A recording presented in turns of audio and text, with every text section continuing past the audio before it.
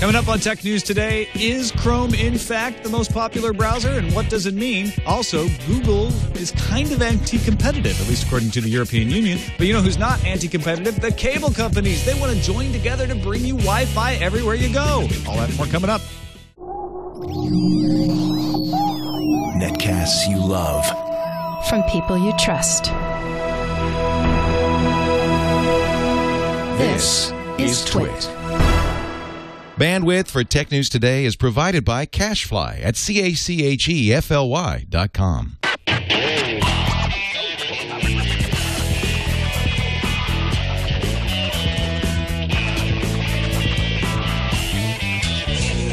This is Tech News Today for Monday, May 21st, 2012. Tech News Today is brought to you by Ford, featuring all-electric and hybrid electric technologies. Learn more about the technologies Ford is bringing to its vehicles at Ford.com/technology.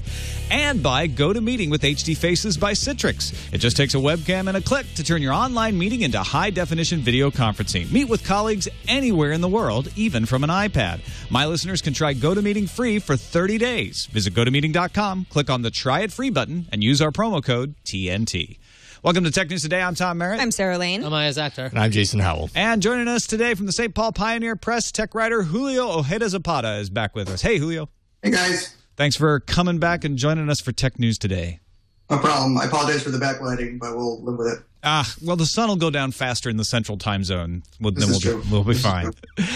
We have a new most popular browser in the world, according to StatCounter. StatCounter reports for the week of May 14th through the 20th, Chrome averaged a higher traffic share than any other browser. Now, StatCounter counts raw page views based on tracking code they install on about 3 million or so sites around the world. So this is a worldwide number. And they say Chrome had 32.76% of the traffic share in the world on that week, and IE had 31.94%. So, close race. Yeah, it's a very close race. And this is the same company that reported Chrome was number one over a weekend earlier this year. Mm-hmm.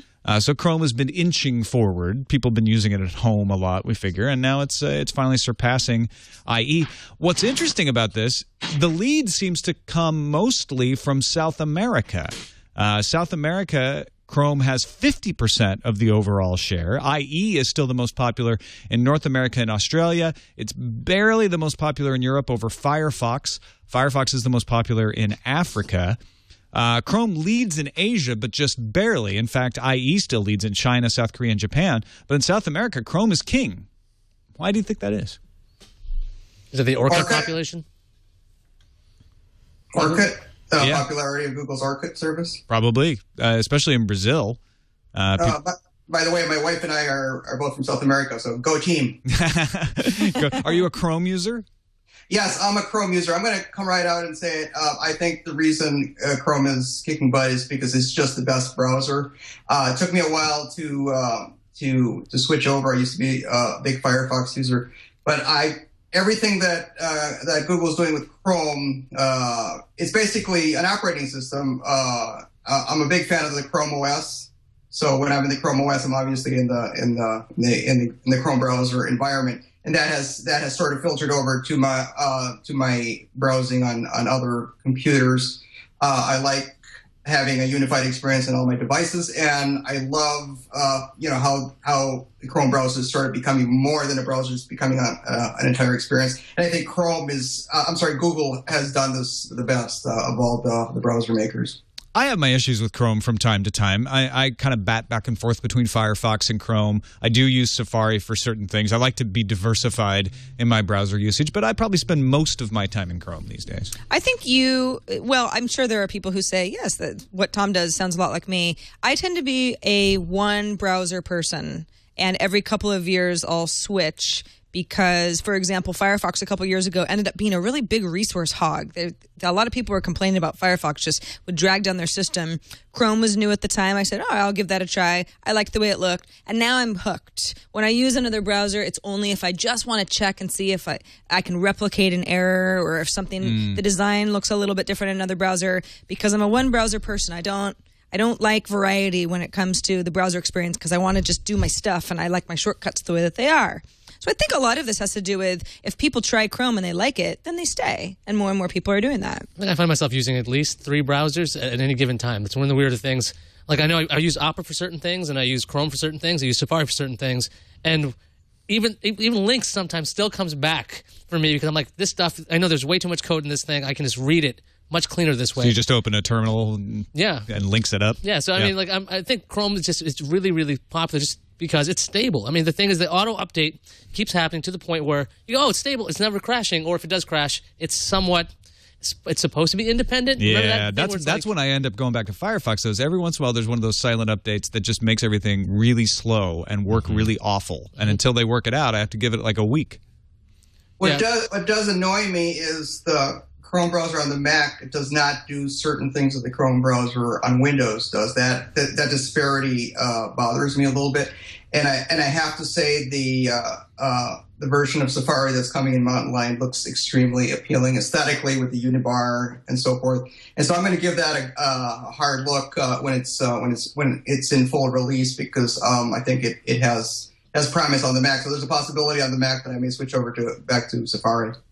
Now, I tell you, the headline that everybody is putting out there is Chrome now the most popular browser in the world. And you can quibble about whether one survey from one company, who some people take issues with their methodology, which is always true with anybody who's doing this sort of work, is going to crown Chrome the new king. But I'll tell you what I take from this is we now have true competition in the browser market. Nobody is dominant everywhere.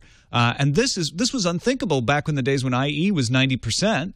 Now that we have Firefox has got enough people behind it, Chrome's got enough people using it, IE has enough people using it, even Opera and Safari have significant numbers of people using it, that we have lots of choice, and they're all pushing each other to get better all the time. The winner here isn't Chrome, the winner's us.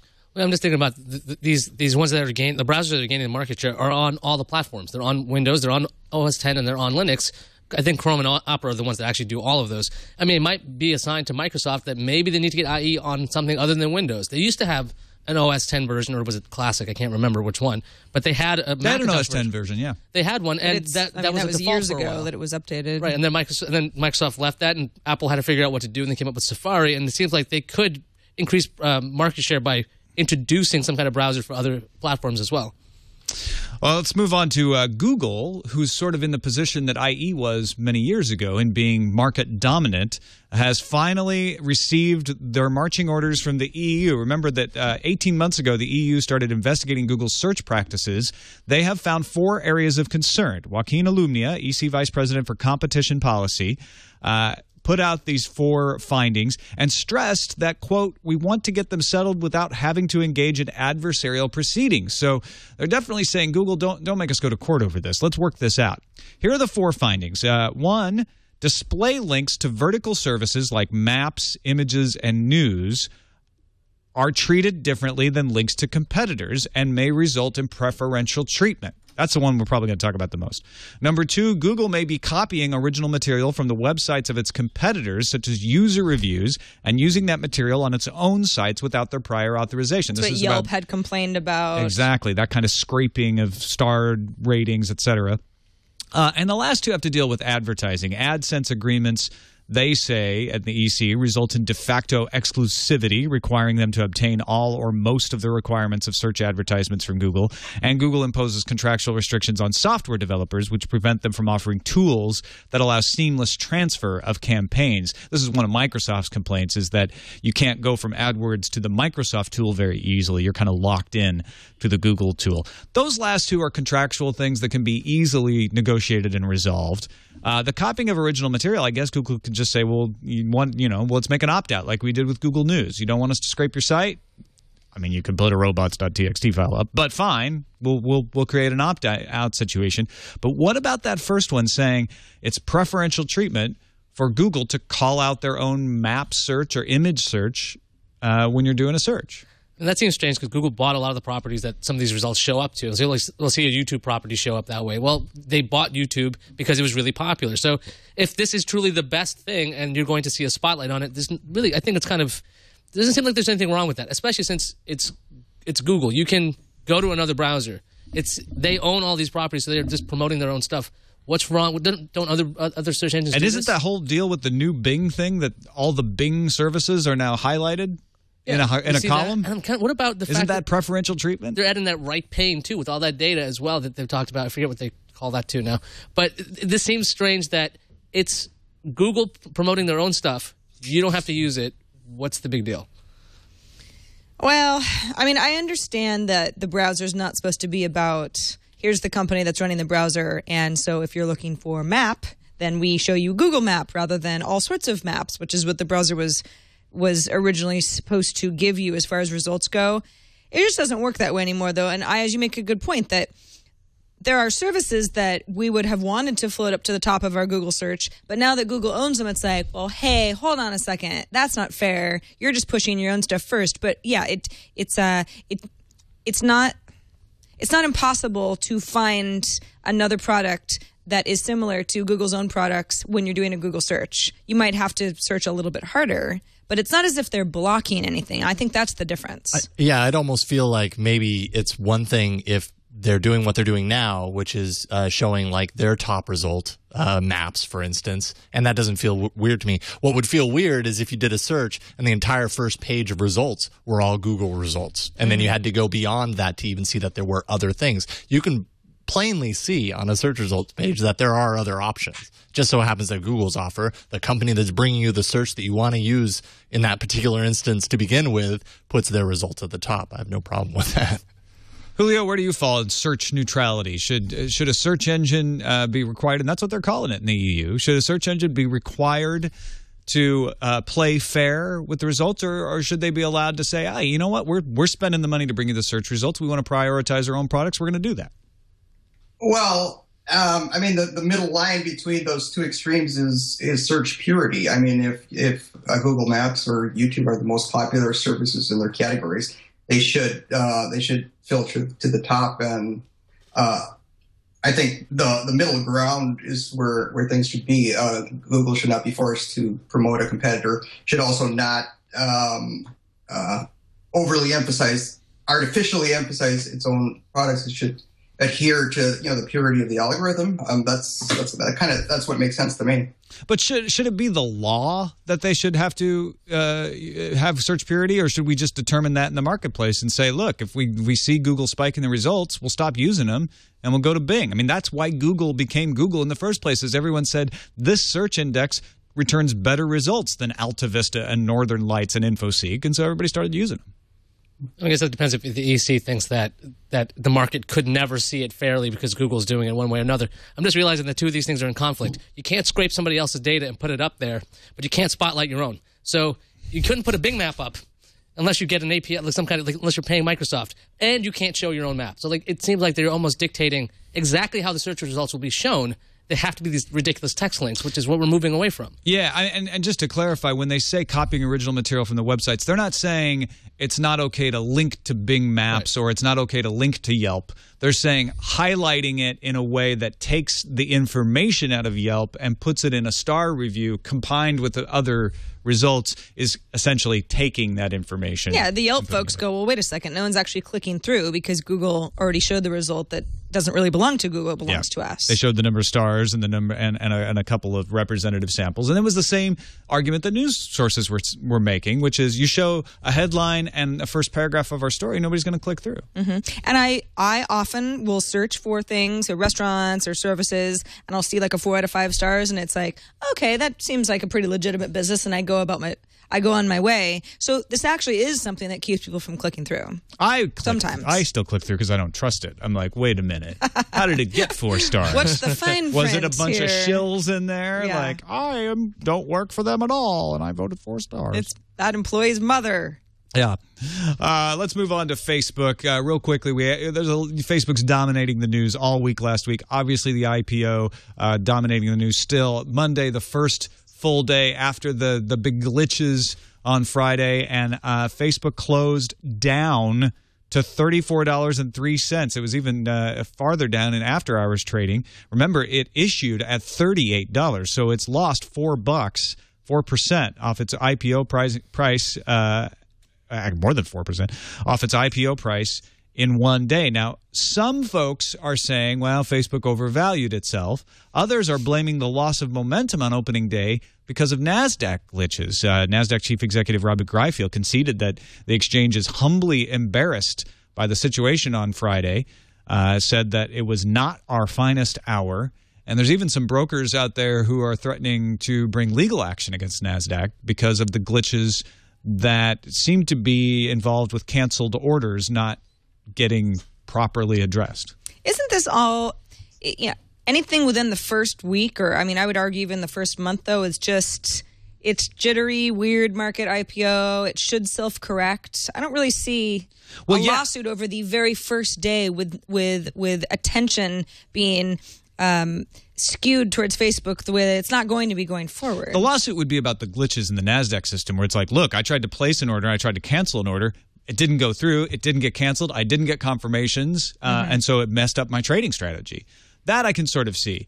The idea of people getting really weirded out about the price of the Facebook, all we're seeing that's different is there was no big bump that first day. Instead of a big bump, we went straight to the fall. But that seems to be what the IPOs have done recently with tech. They have a big bump on the first day, and then they fall below issue price. That's happened to Zynga. It happened to Groupon. It's happened to a lot of different stocks.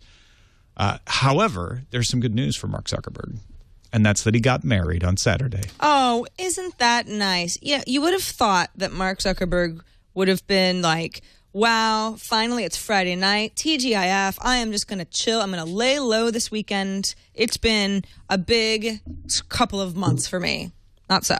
Had to have a surprise wedding on Saturday. Or maybe he had made a promise a while ago. It's like, look, I'll marry you when we IPO. That's never going to happen. Well, it was a big week, right? Yeah, exactly. It happened. Like, I'm never going to IPO. Crap, right. Now I have to IPO. Priscilla Chan, his longtime girlfriend, just graduated from medical school. So they invited everyone over for a graduation party and then turned it into a wedding without telling everybody. It was sort of a surprise. Ha-ha. Now that we have you all here to celebrate graduation, we're going to get married in front of you. Try and stop us. You know what's cooler than an IPO?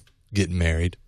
I don't know that that's always true. Depends on the people. No, not always, but in this Facebook case, yes. Yeah, I think from what I heard, and I wasn't there, nor was I invited, nor do I know anyone who went. But I think it was the wedding had been planned for some time. The IPO just happened to end up falling on the Friday previous. So I could see them planning the graduation and the surprise wedding all at the same time. Yes, that's quite a while ago. That seems like a good way to trick all of the people you'd want to be at your wedding into showing up. Right? Well, I guess when you're Mark Zuckerberg, surprise weddings are not just a way to surprise your friends and family, but keeps press from going to your house, which I guess where the wedding was. And having house, helicopters and all sorts of unsavory things that tend to mar a wedding day. Julio, what interested you more, the Facebook stock price or the wedding? Well, on the stock price, not my area of expertise, but I'm going to point you to a Henry Blodgett article on Business Insider, which says, well, now that everyone has sobered up, let's figure out what Facebook is actually worth. It's a really, really good piece. I recommend people check it out. On the wedding front, I was stunned that Mark Zuckerberg didn't wear his hoodie, but I suspect his girlfriend said, if you want to marry me, you're getting into a suit, Buster. And not one of those hoodie suits that just has a printout of a suit on the front. Who says that he isn't wearing a hoodie underneath the suit? You know, he's always wearing a hoodie inside. Yes. And apparently he designed the ring for the wedding and the whole thing. I think this is all very cute. I'm impressed that these two have managed to hold on, keep their relationship solid and genuine through a whole series of circumstances that would have spoiled other people. You usually expect when somebody gets really successful, their old flames go by the wayside. They get out there and party. And I'm impressed that Mark Zuckerberg and his girlfriend have sort of held on all this time. Especially after the movie came out, right? Yeah. And it's really humanizes Mark Zuckerberg. I'm sort of inclined to distrust the guy, but a guy who's shows so much. So faithful to his girlfriend over all this time. How bad can the guy be? Big Beard in the chat room, who is watching for us live for one of the rare times because he happens to be in the Bay Area, speculated that they might be honeymooning in Farmville. Oh, Tom. Oh, Big Beard in chat. Let's take a break and thank our sponsor. This episode of Tech News Today brought to you by Ford, featuring all electric and hybrid electric technologies. And there are two new vehicles Ford is bringing to the electric technologies we want to tell you about today. The 2012 Ford Focus Electric and the 2013 C-Max Energy Plug-in Hybrid. Both models make use of regenerative braking that captures back over 90% of the kinetic energy that's usually just lost when you're braking to friction. You use that energy to recharge the car, sends it to the energy pack for later use, includes unique sync with My Ford Touch EV features to help you maximize your range, and a suite of driver information systems on board that help you manage the recharge process, determine the eco-friendly driving routes, remotely control vehicle charging and preconditioning settings, make sure you monitor that battery state, maximize energy efficiency so you always got it charged to the perfect amount.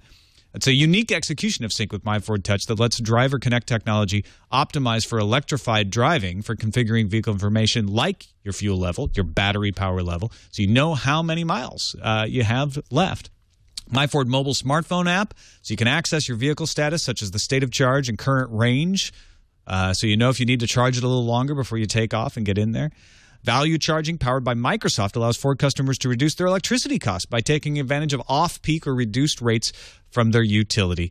The new 2012 Ford Focus Electric charges in 3 to 4 hours through a 240-volt home charging station. The Leviton charging stations recommended by Ford are available through your dealer. 100% electric, zero CO2 emissions with a lithium-ion battery that enables a topping-off charge without reducing the lifespan of the battery. The 2012 Ford Focus Electric will be available for reservations right now, and the 2013 Ford C-Max Energy Plug-in Hybrid is coming in fall 2013. Now, the specs are subject to change with the production vehicle, but you can learn more about the electric technologies that Ford's putting in its vehicles at ford.com/technology, and we thank them for their support of Tech News Today.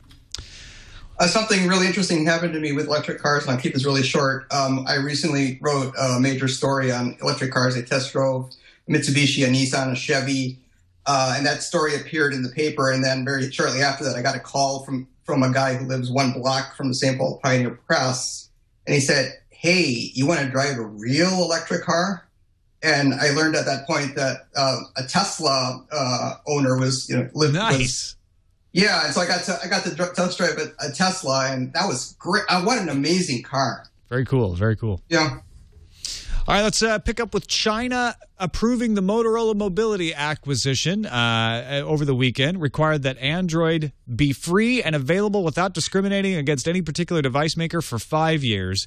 But otherwise, the $12.5 billion deal can go through. Google gets their hands on 17,000 plus patents. A Motorola spokesperson said they thought that the deal would close early next week. An 8K form filed today, however, said that the companies are moving to close the transaction within 2 business days. But definitely by mid next week, we should see Motorola as part of Google. And that might be bad news if you work there. There's TechCrunch reporting that the acquisition could be followed by layoffs. Now, originally they'd reported a large percentage number, then that disappeared from the story, so we don't know how many. But Google may be planning to do some cuts as soon as they get a hold of Motorola. Well, that doesn't surprise me. Usually acquisitions, when it's a company as big as Motorola is never without some downsizing and making sure that there aren't departments that don't need to be there. That said, I mean, it's good. It's good for Google. It's good for Motorola that this went through. I know China was sort of the big. If they had an issue with it, it would be a problem. It was the last. It was the last of main the few country. companies. Yeah, there were a few that required a sign off, I guess. But we've said this before. I mean, it's about the patents, right? I mean, Google is potentially working with Asus on their. Well, they are working with Asus on their Google tablet out later, not Motorola. So, I mean, it's not as if Motorola is the end-all be-all as far as their product arm. Julio, do you expect to see Google selling Motorola in a while? I'm not really sure, but the whole Google Motorola thing fascinates the heck out of me. There was a story, I think just today, about how Motorola is pissing off certain Android handset users because the Android handset users, I think, reasonably expected ice cream sandwich to be put on their machines at some point. And Motorola said, "Oh, we don't think, this is going to improve your experience. So we're just going to make the decision not to upgrade your phone." And I was like, wait, isn't Motorola and Google really tight? What's the deal here? And so that, I'm not sure how to interpret that, but it just, this whole situation fascinates the heck out of me. This condition being put on Google saying like you have to keep Android open and free and you can't discriminate must actually seems really like it would be really easy for Google to say, sure, of course we'll do that, because when they were buying Motorola, Tell you what, we'll even open source it. When they were buying Motorola in the first place, they had to tell all their hardware partners, look, we are not going to just limit Android to Motorola. It's going to be available for everybody. We want to make sure that Samsung, you still make it. We want to make sure that HTC, you still do this, because we make money on this no matter what. So please continue to use Android all you want. So to say like, okay, well, put my arm behind my back and I'll have to keep this open for you. It's like, well, that's fine for Google. This is what they wanted to do anyway. So, well, you can say all you want. Once the acquisition actually takes place, we'll see what it definitely looks happens. good for their partners too. But I'm really curious about what kind of effect this could have on that. There was that story that Google is going to introduce a bunch of devices and give early access to certain device manufacturers for the Nexus line of tablets and phones. And the rumor was Thanksgiving. Will that change anything, or is that going to cause, I guess, way more than 5 devices? Well, we can be using those devices on a brand new Wi-Fi network soon, thanks to your local cable company. Yeah, if you're a customer of Bright House, Cablevision, Comcast, Cox, or Time Warner Cable, those 5... Big 5. Yeah, the big 5, pretty much. They're teaming up on Wi-Fi for cable internet subscribers, 50,000 metropolitan Wi-Fi hotspots, and a combined network. Everyone playing nice together across the U.S. anyway. Cable companies cooperating on something. On an initiative called Cable Wi-Fi. They really thought name. about this name, and this is what they came up with. Well, you know, it's descriptive anyway. So it's available to any customers who are already subscribed to cable internet packages with any of these participating companies. So quite possibly might be you. Cablevision and Bright House Networks have actually already launched cable Wi-Fi access in both New York City and a couple places in Central Florida, Orlando and Tampa, I believe, with Los Angeles and Philadelphia, as well as the greater boroughs of New York, rolling out over the next couple of months. So the deal is, I'm a Comcast Xfinity subscriber. I have cable internet. Username and password, that's fine. Let's say I'm roaming around. I might see something like Comcast Wi-Fi 1 pop up in my Wi-Fi list if I'm in an area that's near a hotspot. At that point, I would select it, and then I sign in with my Comcast, my username and my password, because I'm authenticating myself as a paying subscriber. And at that point, I'm on their Wi-Fi.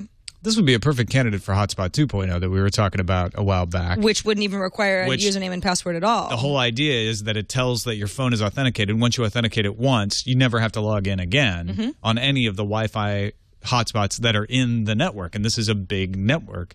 Nothing that I read said that they're going to be using that technology, but they should. That would be, that would be a perfect case for this. If you're wondering, well, how would I possibly know where there were hotspots near me? It looks like most of these companies will have a little free, there's a Wi-Fi finder app that you can download if you're, depending on what your OS is, to figure out what hotspots are near you. And it would compete with municipal Wi-Fi initiatives. We've heard a lot about them. There are a few cities I can think of where there's free public Wi-Fi that people are generally happy with.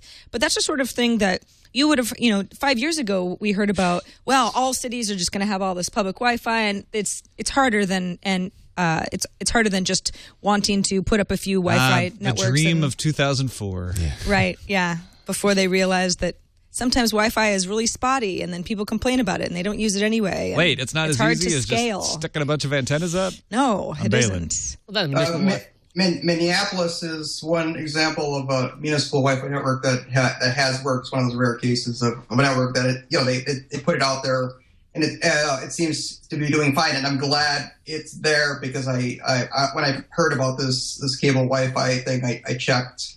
I'm a Comcast subscriber. I checked to see. Oh, great! I wasn't aware of hotspots in my area, but I'm going to check and see where those are, and it turns out there are none. The Comcast hotspot activities is clustered on the eastern seaboard, and that's it. So before people get excited about this, they should check and see, to what extent it benefits them, and in some cases it may not benefit them at all. Yeah, you have to be one of those cities that Sarah mentioned, because they're not rolling it out nationwide yet. It's going to take a while. Municipal Wi-Fi also got hamstrung by legislation that made sure that it was really slow. So if these cable Wi-Fi can be fast enough that you're like, oh, this is fine, I can use this. I think that's going to be a benefit, because I know when I was a commuter, there was always Xfinity at the train station, and that was way faster than anything I could get on my phone. Yeah. And the big thing here, if you're like, well, wait a minute, I've had Wi-Fi through my cable company for a long time. What's the big deal? It's that if you are not an Xfinity customer, you're a Time Warner customer, but you're at that train station where Iyaz used to get Xfinity, you can use that Wi-Fi hotspot now. It's the cooperation. They're working together. Of everybody together. To kill the municipal... No, I'm just kidding. Yeah, exactly, right. They're just hoping that you sign up and pay them. Speaking of killing, though, let's kill the Connect with Leap. Let's do that. A cheap way to do motion control of your computer. Yeah, Leap Motion unveiled something called Leap 3D, which brings motion control to computers via USB device, and it's dirt cheap. It's $70. Now, here's how this works. Could you run the video? The Leap recognizes and tracks your hand movements in the air in 3D space using sensors and cameras in the Leap software. The system creates a three-dimensional interaction space of 4 cubic feet. Now, in the video, you can see that somebody's using a finger and to just control the, cursor on the screen. You could use a pencil to do some fine control. It recognizes multiple hands. It recognizes pinch and zoom functions. And it just seems like it's trying to change the way you interact with the computer entirely. Also works with game demos. Is it better than the Kinect? I mean... Accuracy-wise, yes. Now, Leap says that its device can sense motion down to the most subtle movements of a finger, which the company says is 200 times more sensitive than anything else on the market. And it's about 100 times more sensitive than the Kinect itself. So it's really, really supposed to be...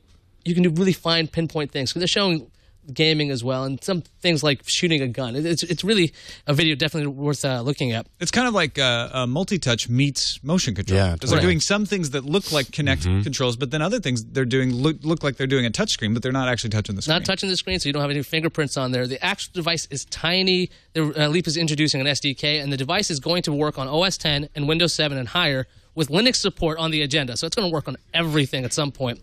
Leap's giving out the devices to developers now if you qualify. Actually, you have to apply now because you'll receive those in 1 to 3 months. If you want to order it, it's available pre-order at leapmotion.com. The consumer version is going to ship in the winter. And if you're wondering if it's going to run on your computer or not, the CEO of Leap, Michael Buchwald, told CNET that the technology that made this possible wasn't due to the latest processors or recent hardware, which implies that Leap could actually work on older machines. They haven't written the specs yet of what exactly you need to have to run this kind of thing. But cool stuff, nonetheless. I highly recommend going and checking out the video if you haven't had a chance. All right, folks, let's move on to the News Fuse.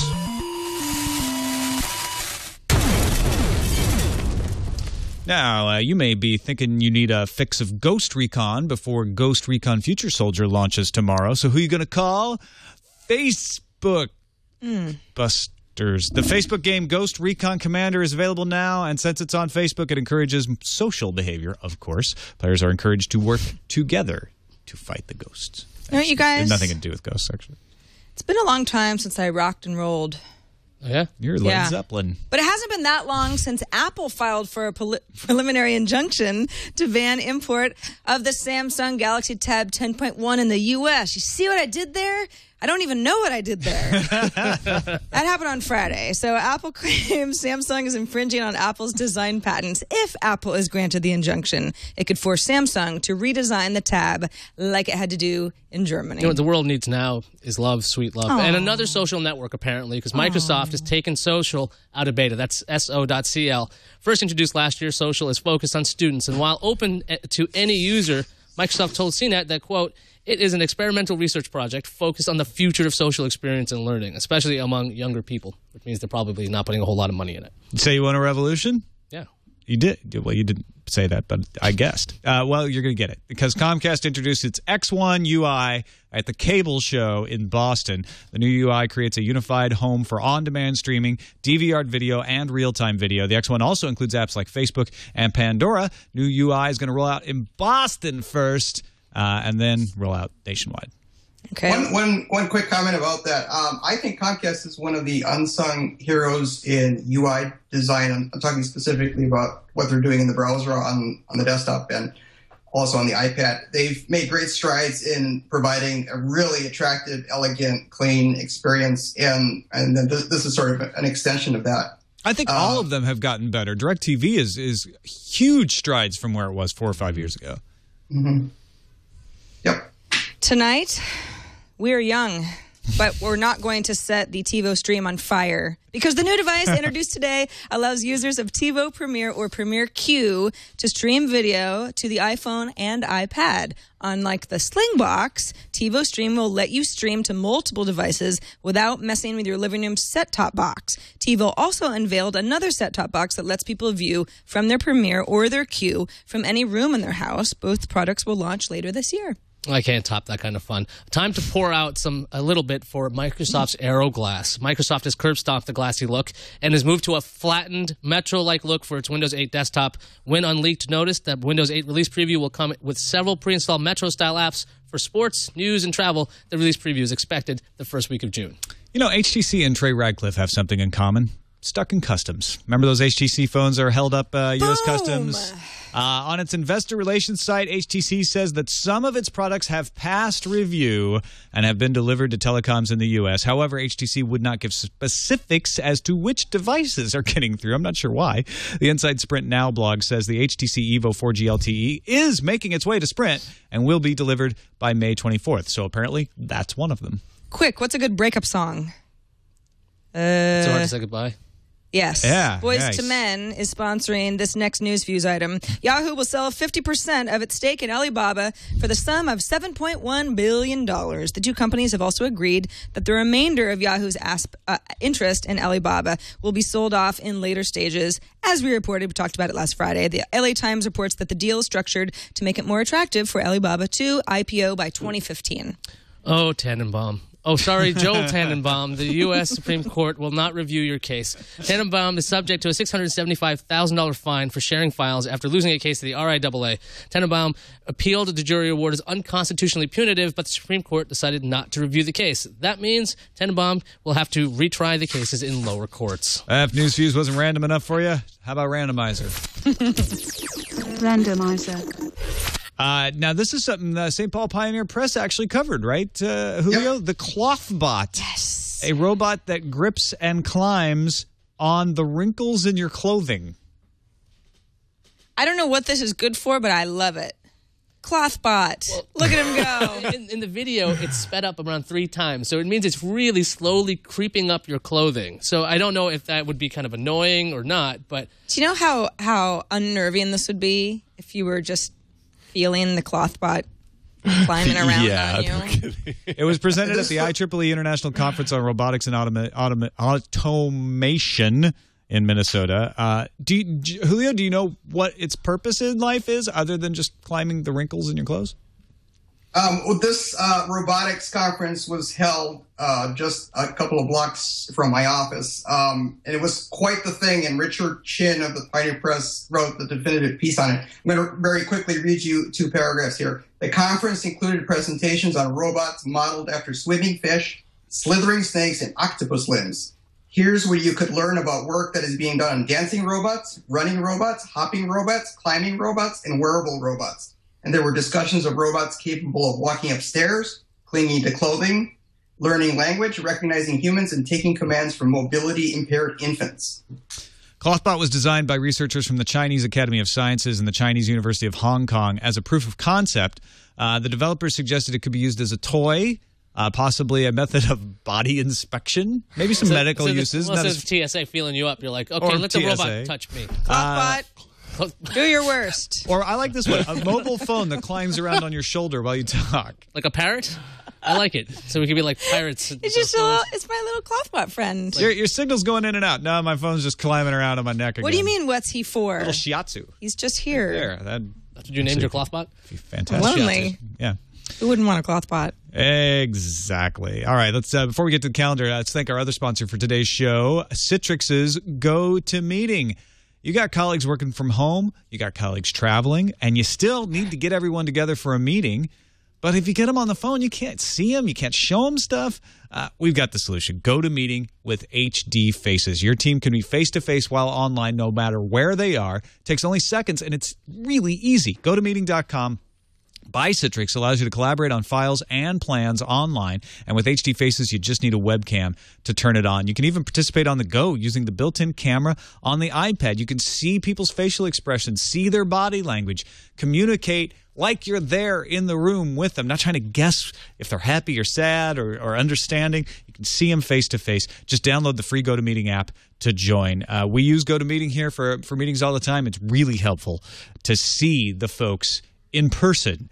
And it makes things more productive. Don't take our word for it, though. See how easy GoToMeeting with HD Faces is. Our listeners can try it free for 30 days. Don't wait for the special offer. Visit GoToMeeting.com, click on the Try It Free button, and use the promo code TNT. Be sure to use that promo code TNT. And we thank Citrix and GoToMeeting for their support of Tech News Today. Onward to the calendar. The Motorola Droid Razr and the Razr Max are both getting Ice Cream Sandwich, a.k.a. Android 4.0, in the second quarter of this year. The Bionic is getting it in the third quarter. So Ice Cream Sandwich rolling out to more devices, slowly but surely. Linux kernel 3.4 is out. This update focuses on support for newer processors and graphics cards, AMD's Trinity and Radeon HD 7000 series, NVIDIA's Kepler, plus graphical component inside Intel's Medfield mobile chip. And you might have been following the SpaceX Dragon launch that wasn't over the weekend, which was disappointing, but they've scheduled another launch attempt tomorrow, 3:44 a.m. Eastern Daylight Time. Be there. And hopefully they don't have to bail out at the last possible second, which is what happened on Saturday. I know, but you know what? That's how they learn. That's good. It's all part of the normal safety procedures and figuring out what's right. I'm cool with that. Let's check what's incoming before we go. Incoming message. Got an email from Andrew. He wrote us a nice long email about Windows Phone 7 Marketplace, but wanted to point out particularly that the reason they're forcing the Windows Phone 7.5 upgrade isn't because of a security risk that would affect end users. It's to enable marketplace encryption to prevent app piracy. Now, there's a security element for end users there, but the Windows Phone Marketplace doesn't currently have encryption to prevent people from pirating apps. If you know what to do, you can download app packages without paying for them. Microsoft added support for marketplace encryption in 7.5, but left it disabled on their marketplace servers until enough people upgraded their phones. It appears enough people have upgraded now, and they're flipping the switch. But this will break all 7.0 phones' access to the marketplace, which is why they're warning people to upgrade now or lose the access. Thanks for the clarification, Andrew. Appreciate that. And that is it for this show. Thank you to everyone who submitted stories in our subreddit, technewstoday.reddit.com. It's the place to go to vote stories up or down and let us know what kinds of stories you'd like us to talk about every day. Julio, Ojeda-Zapata, the St. Paul Pioneer Press, thank you for joining us, and let folks know where they can find your work online. You can find me on Twitter at OJEZAP, and you can find my homepage at OJEZAP.com, and that'll lead you to all the other things that I do. You can find us on the web at twit.tv/TNT. You can email us TNT@twit.tv or give us a call. Our phone number is 260-TNT-SHOW. Father Robert Balasaire joins us tomorrow. We'll see you then.